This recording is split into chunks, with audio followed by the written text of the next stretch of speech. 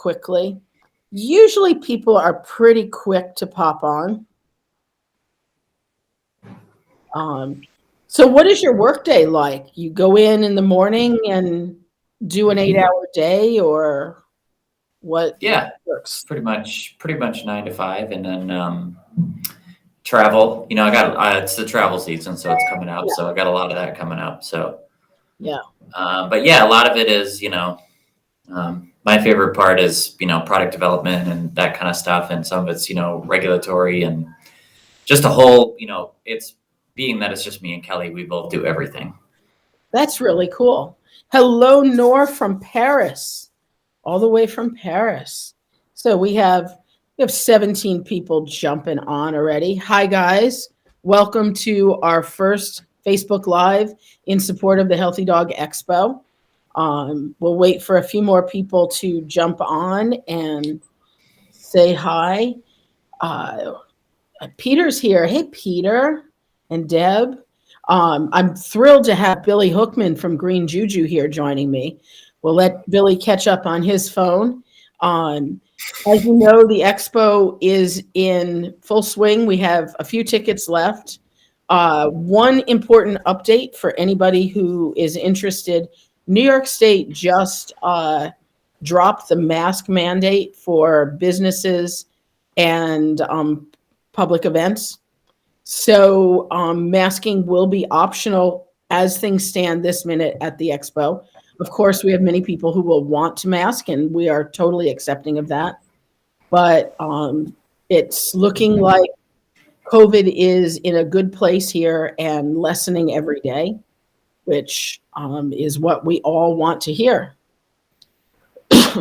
And we'll keep you updated. There is a COVID update on the bottom of the first page of healthydogexpo.com. So, hi, Dolly, Robin. Dolly says, I thought I'd never see me do a live again. Yes, we are back, and we will be here twice a week, Tuesdays and Thursdays, plus some special editions, sharing content with you from Expo sponsors, exhibitors, and a couple of speakers so that you get a taste of what we're going to do. So let's dive in. I'd like to introduce our special guest, Billy Hoekman, who's coming to us as Vice President of Nutrition and Communication at Green JuJu. Billy helps with formulation and product development there. He works with farmers as well as doing some sales and marketing. And of course, as all of you that know him, he is really big on education. He's a speaker at numerous events, and he's often on expert panels online and, when the world goes back to normal, live and in person. I've known Billy for, several years, and I've never met a more passionate person about a dog's health. He lives it every single day. And he was sharing with me before we started, he has a new puppy to go along with a new baby. And Huckleberry, right, is Yes. 6 months old. And Maple, cutest freaking baby on Instagram. If you do nothing else, if you remember nothing else from our chat today, follow Billy on Instagram, because you can get your daily dose of the cutest smile out there. So, Billy, welcome. Well, thank you. I like the end of that intro, especially. Oh, she is so stinking cute. I saw her in her little, I don't know shit about babies, her little walking device, and she's standing there and she's just glowing. So I love popping on Instagram and seeing a picture or two. Yeah, she's very happy and healthy, and she looks just like my wife. So that's And how wonderful old for the now? world. She's 9 months, so her and Huckleberry are right around the same age. So they'll grow up together and be the same age, which is that's amazing. And you live in Lancaster, Pennsylvania now. I know when I first met you, you were living in LA. Yeah, so I've kind of lived all over, and so we lived in I've lived in Seattle and Milwaukee, Minneapolis, Los Angeles, Philadelphia, and now we just moved out last September to, and I have to say this correctly, Lancaster. So it's like Lancaster, because if you're not they immediately know you're an outsider if you say Okay. Lancaster. So Thank you. I always practice, but we love it here because it's just such a great area for farming, and local produce and great soil and all of those things that Yeah. we look for, our family looks for. Oh yeah, definitely. So tell me about Green JuJu. How long has Green JuJu been established for? So Green JuJu's been around for a long time. So I believe 2014, and it's been since way before. Obviously, I was there. I started Right. last June. Kelly's been doing amazing work. She was actually the person who pioneered the vegetable blend Mhm. in the industry, just generally, and made that concept for sort of nationwide distribution, and to this day, we still do it differently, really, than anyone on the market in that we juice the vegetables and then add the pulp back to it. So Oh, you're further breaking down those nutrients and making them more bioavailable. So, that was her passion, and it came from, her dog Bailey, who was dealing with a lot of major health issues. So, as happens with a lot of us, right? I mean, my dog Lua was my inspiration as sure. well. Um, so, she brought that passion and put it into those products. And I've known Kelly, since the very beginning, and when I, wanted to do something different, she was the first person that, I reached out to say, hey, this would be a really good, partnership. And Yeah, so far it's been amazing. So yeah. So Green JuJu, I love the idea of adding the pulp back in because, and I can't imagine how many dogs I have to count sometime. I deal with at the clinic that I work at part time that come in with GI distress, let's say. And of course, many are kibble dogs. Some are fresh food dogs that are being fed a less than optimal diet. And one of the common things I see, especially in my performance dog groups, is a reluctance to feed vegetables when feeding a fresh food diet. And their microbiome is so messed up because they're feeding meat, bone, organ, and that's it. Can you give me some background and your thoughts on those kind of dogs? And yeah, I mean, for whatever reason, I think that there's sometimes a propensity to sort of limit ingredients based on maybe what is the perception of like a wolf's diet or something like that. But we know too that even if you go back to that evolutionary part, which is just a starting point, it's never the end all be all, right? We can right. do better. I firmly believe we can do better than a wolf's diet, right? Huh, For dogs. But even if you look at the evolutionary part, they're eating vegetation as well, be right. it be it in the stomach of a small animal or just generally. One of my favorite things to bring up is that there's a wolf pack that or there have been wolves that have been documented eating large amounts of blueberries during certain seasons. And so it really just depends. And so I think the ancestor that dogs come from, what they all have in common, because it really depends on which ancestor or which, wild animal you're talking about, right? So wolves in this region will eat this and, in a different region. So really they just eat whatever they can find, to some degree. And so, I think a lot of the science coming out now is showing that animals do benefit from not only, which I'll get to sort of in a second more in depth, but the fiber part of things, but also the antioxidant part and the vitamins and the minerals, and some of those hard to get nutrients as well, Right. in those things. And so, but the fiber part is huge because all dogs benefit from healthy insoluble and soluble fiber without overloading in carbs. So for instance, our green blends are 3% net carbs and our squash blend is 6% net carbs. So they're still low in carbohydrates and they're high in those healthy fibers. But also fiber is one of those things where like, if people are, that was funny. That person just popped up behind me. This is a public space. So the other interesting thing is you could, boil that down to a supplement, but things work better in their natural food form. And so the cool thing about Green JuJu is it's so effortless to add, a scoop of it, and then you're adding a bunch of different types of plants. So you're getting a bunch of different, types of fiber, and that's going to feed the microbiome better than, like a supplement or something like that. So. Oh, without a doubt. I love getting nutrients from food. And I get a lot of consultations where people will send me a recipe that they've gotten somewhere. Some of the most challenging ones come from Balance It. And there'll be 6 supplements to round out vitamins, minerals, Yeah. such. And it just frustrates me when it's like, how about using some whole food sources?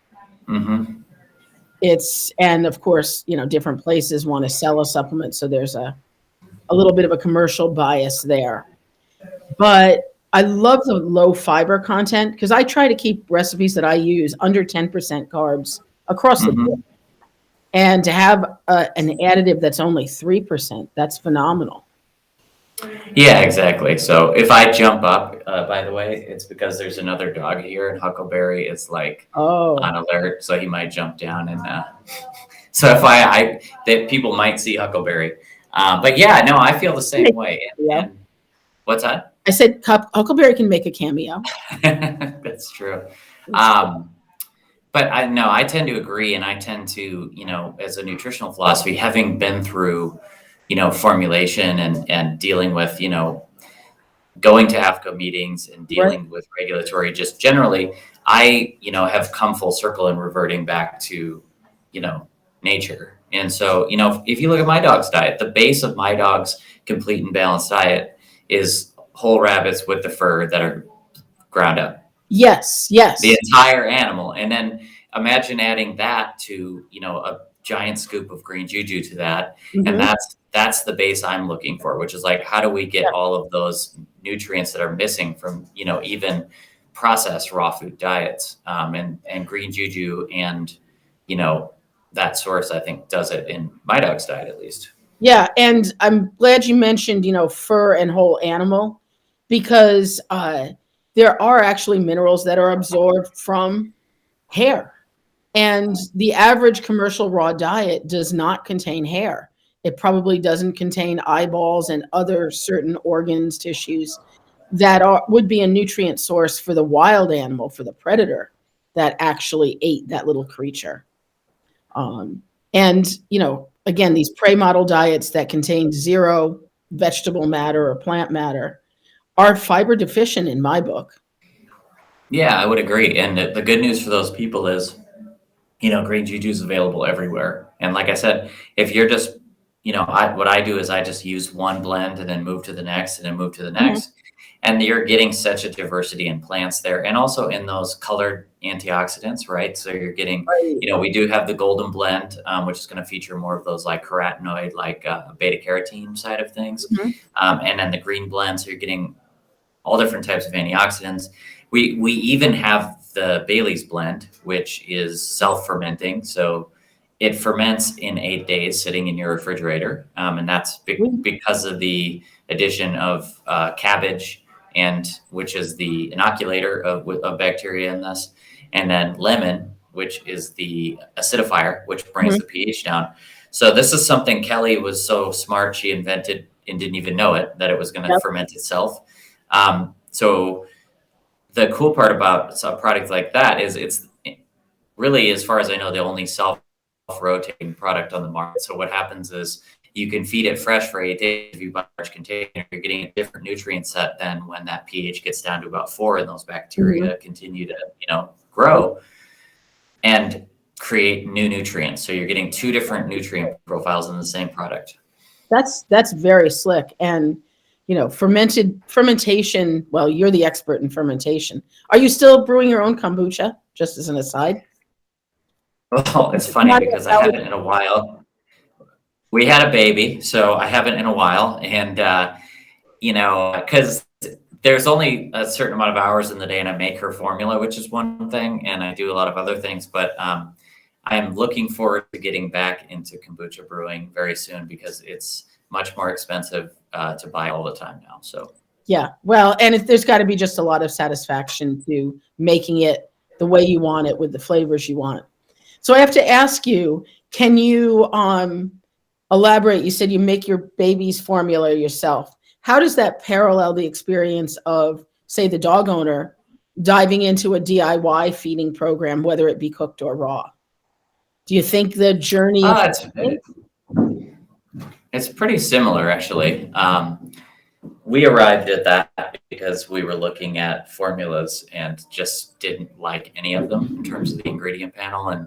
And obviously we're big, we live in the state of Pennsylvania, which is, very free when it comes to the purchase of, we have a milkman who comes every week and delivers our milk to our, and dairy products to this, to the, to the house. And Great. so she's, and I really credit, I give my wife all the credit for, she did a 2-year diet leading into having maple. And then also, we moved her onto this. It's actually, technically it's fermented raw formula. So, and she has just been, she's a baby who's never, she's never had an ear infection. She's slept through the night her entire life. I mean, she's only woken up twice in her entire life, crying. Phenomenal. She's always happy. She's only gotten slightly like the sniffles once. And so I attribute that to nutrition in the same way that we can affect our own nutrition, or, more specifically to this live, our dogs and cats nutrition. I'm sure that everyone here has seen that in their own dogs and cats, and that's why they become so passionate. It's kind of funny because when you see, I was thinking about this today, and when you see someone who's maybe, who advocates for not feeding raw food, the number one thing I hear consistently is, well, where's the evidence? Well, the evidence is within the person that's doing it. So if somebody makes a change in their dog and they see a huge positive change, you're not going to convince that person philosophically or scientifically to not do that thing, because they've seen it and they've seen that life is better now. Right. So, it's just an interesting aside that I was thinking about today. But yeah, I just get excited because, my favorite thing just in terms of my dedication to nutrition and animals is just really pushing the envelope and finding new things. And, I think at Green JuJu, Kelly's been doing that since before I got here. And now that we're working on some stuff together, I think coming up here, people are going to be really happy with some new things that we're cooking up. We have like a million ideas at every day for stuff. Oh, I can imagine the two of you just bounce things back and forth nonstop. And then, something pretty else. much. Yeah. Yeah. They're just, like you said, 9.5 hours a day. So do you get static from, your pediatrician and, is it the same as the raw feeder going to their vet, or are there? It's very open. Well, the problem is, you go to whichever one your insurance covers. It's pretty much the same experience. It was actually really funny because when we moved here, we took her to her 6-month appointment at a new pediatrician, and we went into, and the nurse was like, "Well, okay, is she breastfed or formula fed?" I said formula, and then she said, "What kind?" I said, "I make my own."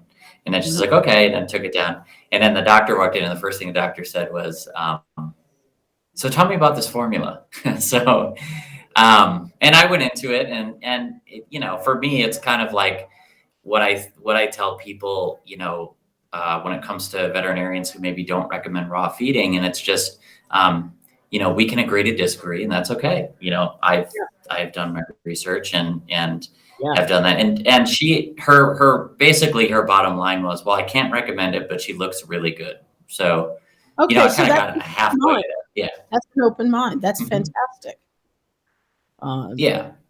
But wow. Cause I always, I get people coming in and they know that I'm in favor of a fresh food diet, whether it's cooked or raw.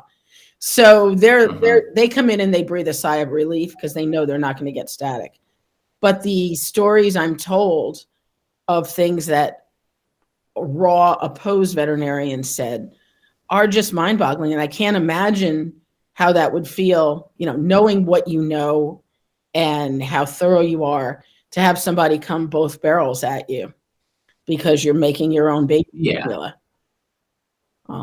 Well, and for me, it's just, I'm pretty laid back. So I was like, even if somebody was like, you really shouldn't do that, I'd be like, okay, well, I understand that. And Yeah. I will say something for anyone watching. The woman who actually formulated that, she passed away, but the woman who actually formulated that formula has a really great book about nutrition. It's called Know Your Fats by Mary Innig. Mm-hmm. And it's a really short read. It's a really good read, but I would highly recommend anyone when they're thinking about their dogs and cats and want to learn more about how fats and fat soluble vitamins work.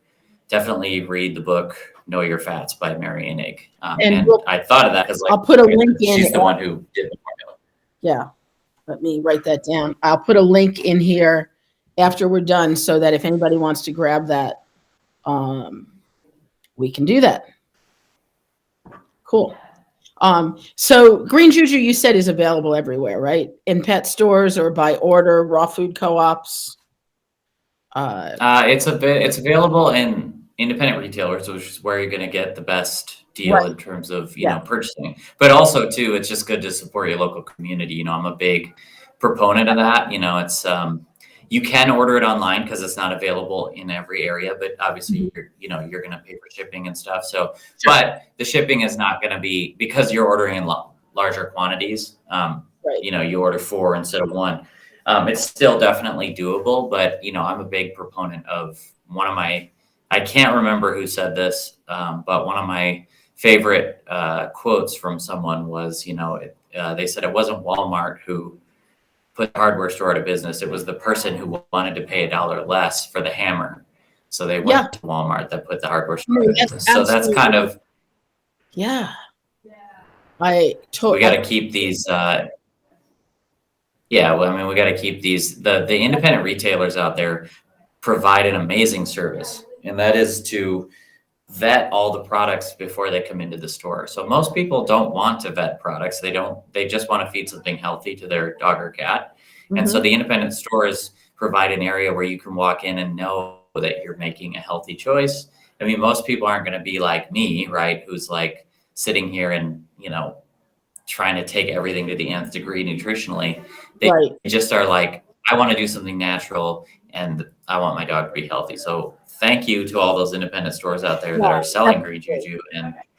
And you know what? I've come to the point, once upon a time I was a dedicated Walmart shopper, but I would rather support somebody's family business, and I'll happily spend $1 more for that item if it's not supporting the big box corporation, but rather a family in my area. So yeah, as much as we can. And I completely agree with you. The knowledge level of staff and ownership at the local stores, so much better than big box. Absolutely. I would like to say, by the way, I can see a comment on here that Joni Camlet says that Mary Innig was her babysitter growing up. That's amazing. You are now Joni, you're the coolest person that I've ever heard of now. So I'm very jealous of you. Yeah. And thank you, Lily, for putting the link for the FATS book up there. Anybody can click that and grab it up. If anybody has any questions, feel free to drop them in the chat.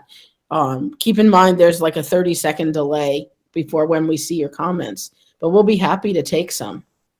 So I was so glad, Billy, that you could get up here to the Expo this year, that we're finally having the Expo after 2 years of delay. What are people going to find at the Green JuJu table besides you? Well, they'll have to converse with me, unfortunately. No, so I'll be there. I'm just excited to, as you mentioned, we haven't been able to do anything, for like 2 years. I mean, I've done some traveling, but I'm excited to see, a lot of friends in the industry and a lot of people I see on lives like this and that kind of thing. And just to sort of meet people. So you can expect to, a lot of people tune in for Q&As and, the monthly Q&A we do over there or some of the videos and things, but, please come to the booth, ask your questions, be happy to chat with you, ask us anything about, one of the things we really strive for is transparency. So, ask us anything about how we produce our products and that kind of stuff. And, I think people will get a good idea of, the concept of Great JuJu and the sort of things we support. I mean, I know I've spoken at your event before and Right. done some things, and I've had such a great time every time I've gone there that The people are just amazing. we're They're just mhm.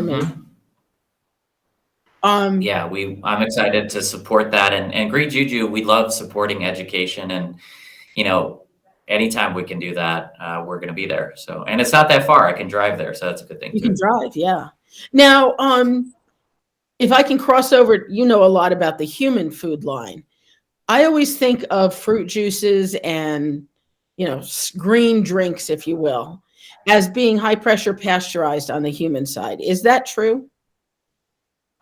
That most of Typically, I mean, it just depends on where you are where you buy them. But if you're not looking for that necessarily, then I would just buy them somewhere where you can see them actually do it, because typically that's just a shelf life extender when it comes to like juice and that kind of thing. Yeah, because I was in the grocery store and it's like naked juice and those sorts of things and those healthy green smoothie, but you look at the label and they're loaded with sugar.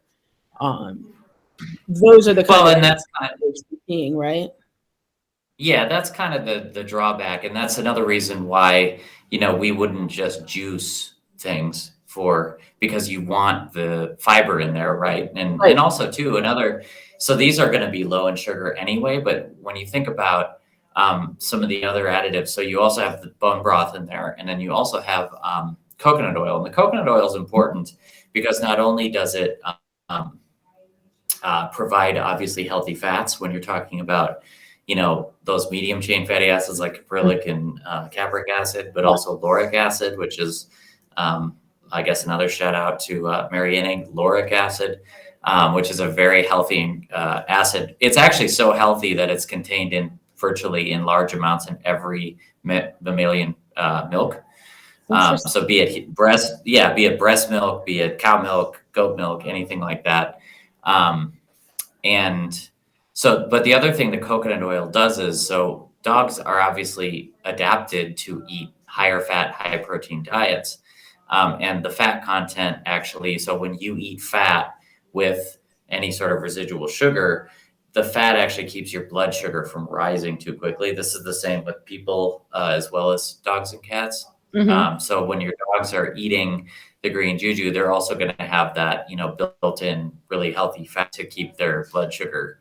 So that's kind of like the difference between, I mean, personally in my own life, I'm like a kombucha drinker because I, like the fact that it's, you're processing all those sugars. But there's definitely, other benefits to that sort of thing if you're looking at, the antioxidant content and the vitamin mineral content, but for dogs, it just pays for it to be lower carb and, to be able to be done in a little bit healthier way. Yeah. I see. I'm going to put a question. I'm going to attempt tech chance to show a question on the board. Yes. So Libby asks, if I have a pack of dogs and want to feed the actual vegetable, what's your favorite veggie? That is.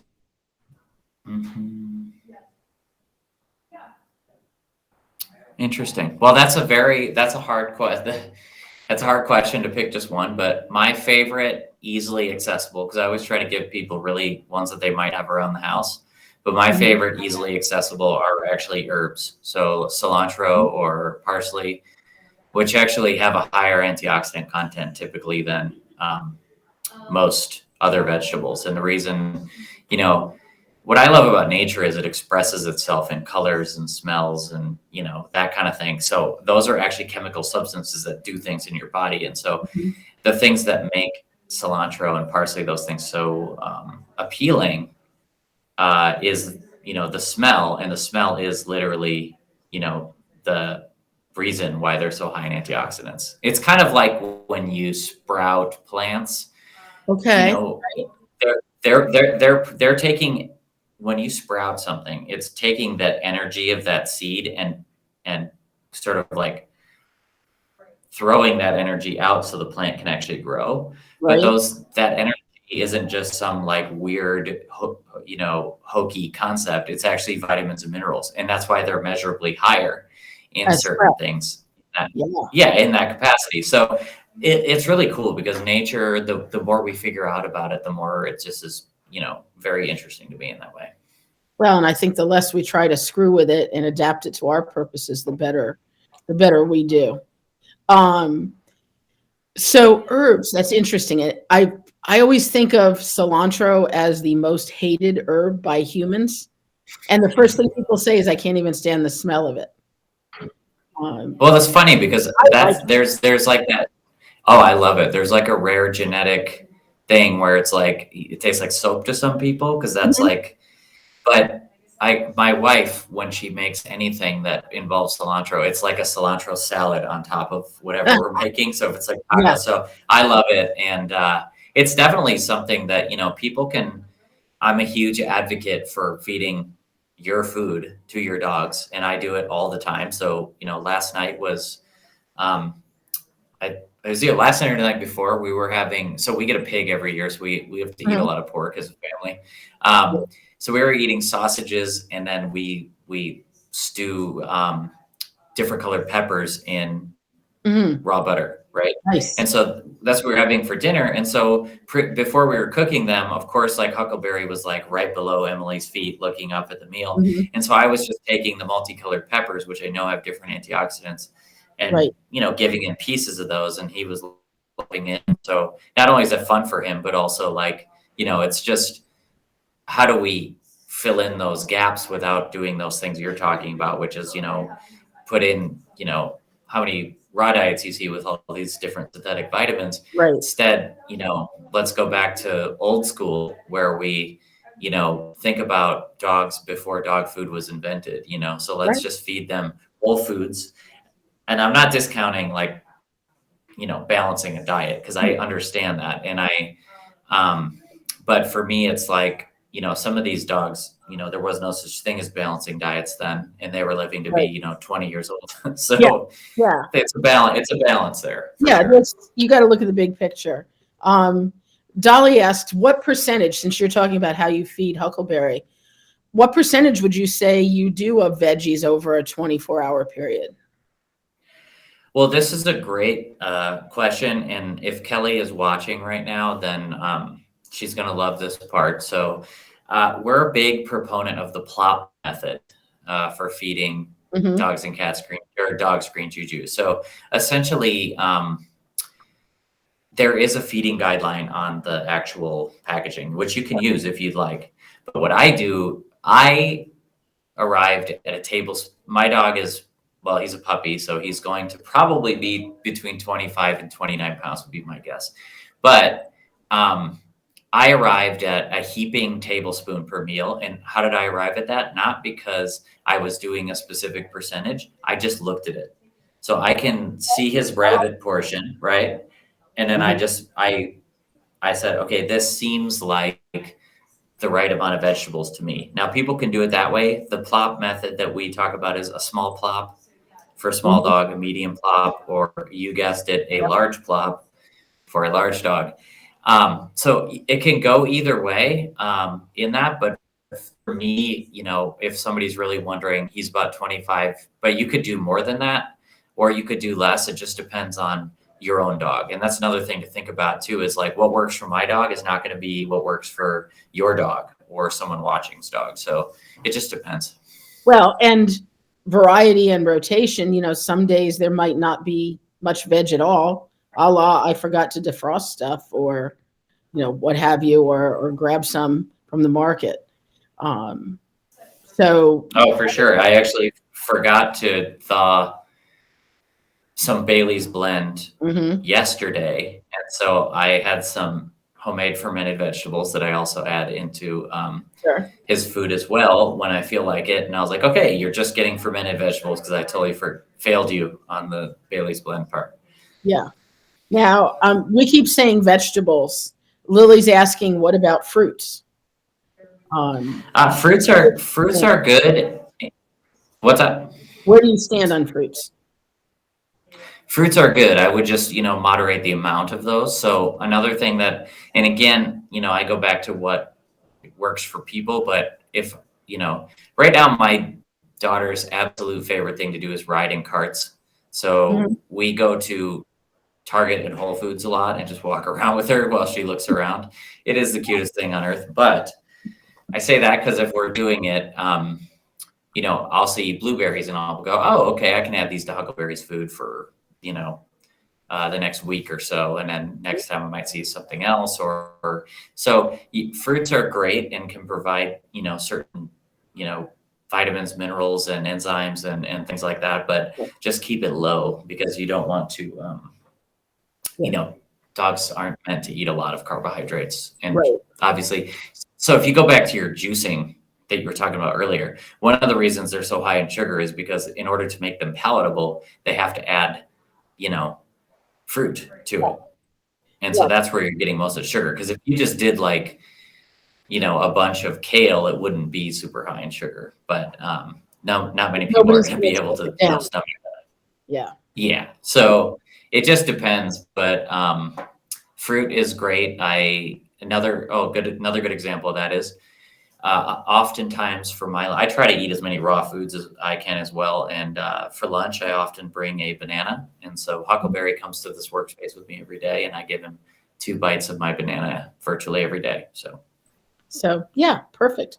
Um, and all this talk about sugar and such and the fats before, it gets me thinking, so many people are using a keto diet now with dogs. How does green juju fit in with keto type style diets, whether they be serious keto, my dog has cancer, it's a 2-to-1, or just Mhm. ultra low carb, sort of keto-ish styles? I bet they both fit in because not only is it a smaller proportion I mean, if you're building a ketogenic diet, which, I've definitely formulated before, and you're looking at the percentage of calories, I mean, you can incorporate, if you look at, I believe, and I don't have it in front of me, but I believe our Just Greens is like around 9 calories. And Wow. that was developed by Kelly for her dog who had cancer. And so Right. she had that specifically in mind, in terms of, Mhm. pH and things like that. And so, especially our green blends, you're still going to have a very, very low carbohydrate content, but you still get those great foods for fighting cancer. Like a good example of that would be the study that we talk about a lot, which is the 2005 Purdue University study that showed that dogs who eat dark leafy greens with Yeah. processed food 3 times a week, were 90% less likely to get the cancers they were looking at. So that to us is like, not only why would you not do this just regularly to Right. avoid these things, but if your dog has cancer, you know, if I was dealing with that, with my own dog, I would be, going into that ketogenic realm, but I would be feeding lots of low carbohydrate vegetables to fit within that as well. Yeah. And, with a lot of people doing simple DIY plans, that's if they can use green juju as their vegetable source, that makes it so easy. One of the Yeah, exactly. one of the things I run into all the time is people say, I don't have time to put this together for my dog. And then they say, because of course they have an 80-pound lab and it costs too much to feed a commercial option. Um, Yeah, I mean it can be difficult. If it's a cost thing, just do whatever you can. You don't have to do the recommended amount to make a big difference. The time thing is huge. When we had Maple in May, my favorite thing is to like in the morning to feed the dog, and then like typically after work I go home and have my like evening coffee, and mhm. then I feed the dog. It's a the way I sort of show my love to Huckleberry, right? Throughout. That's actually, I always make this distinction. Huckleberry is Maple's dog. So, I'm trying my best so they can have a healthy, happy life together. But no, so, but when we had Maple, I didn't have time to do almost anything Right. because for those who've never had a baby out there, it is the most intense thing when you bring the baby home from the hospital. So I was funny to me because I became that person who just doesn't have time to, make that. So green JuJu became really big for me because I had Lua at the time.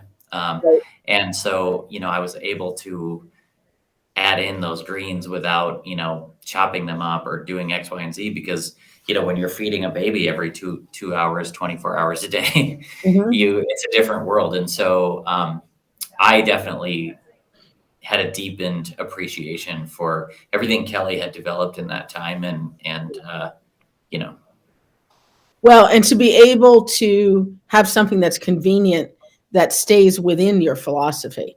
Because, mhm. you spoke to the transparency before. There's loads of companies out there that are not transparent, and they may look on the outer surface like they would fit in with something we would feed our dogs, but they're actually not.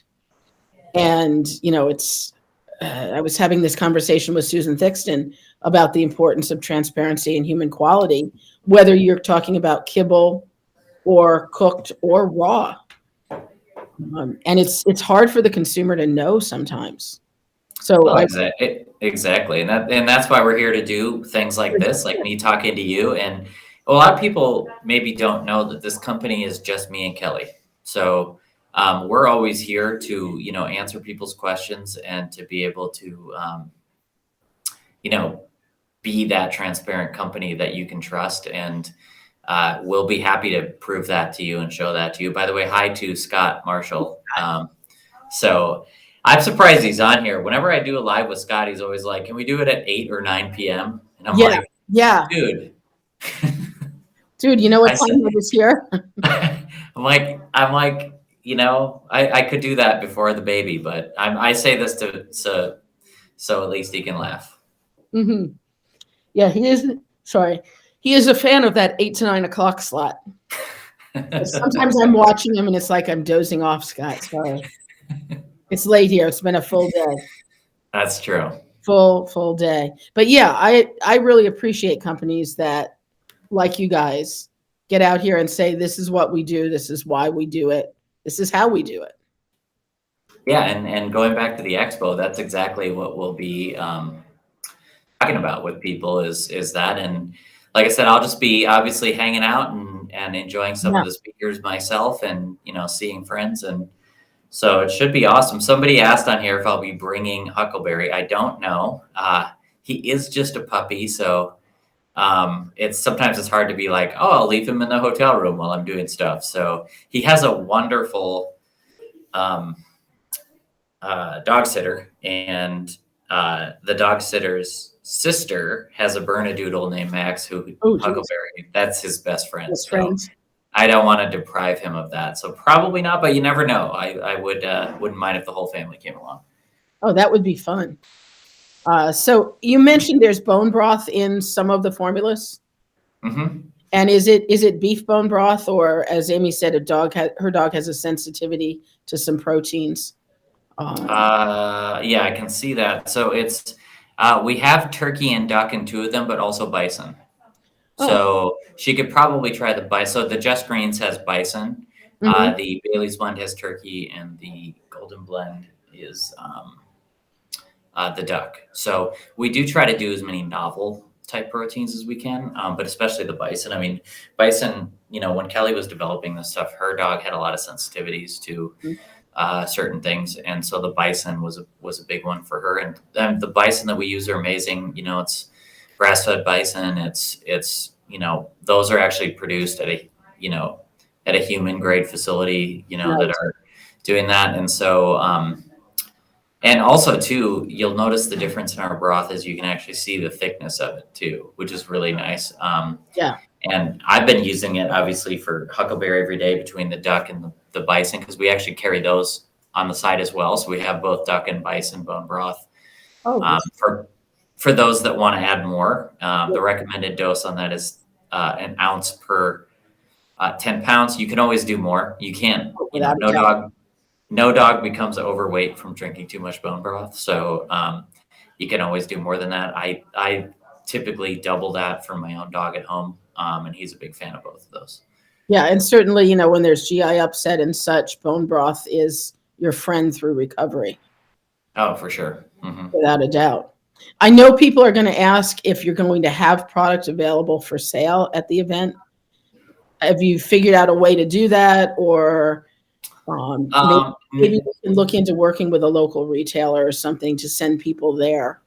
We won't have anything there because the last thing I'd want to, well, logistically, but the last thing I'd want to do is deprive someone in Albany who carries our food of that. So everyone who is coming to the event, whether they're traveling from somewhere, unless you're coming from Paris or something like that. If you're in America and or Western Canada, we're working on Eastern Canada, but Western Canada, there'll be a store near you that carries it. So just come learn about it and then go home and give your business to your wonderful store that you shop at. I love that. And Gail says you're going to do, is this correct? Non-freeze-dried meat products? I don't recall. What did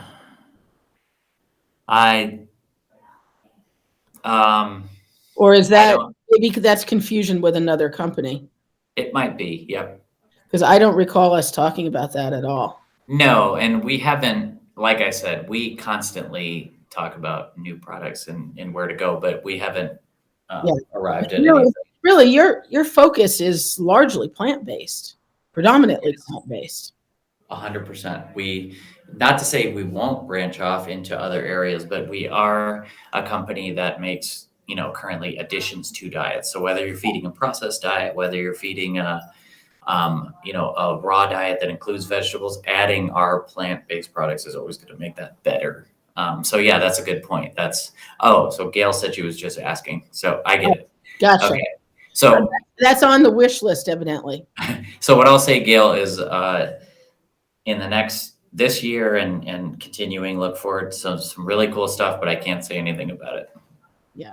Yeah. It's how long does it take to bring a product to market in the pet food space, roughly?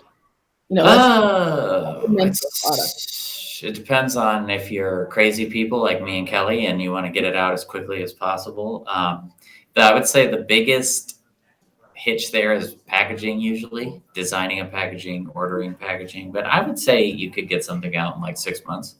That's pretty good. I was thinking a minimum of a year.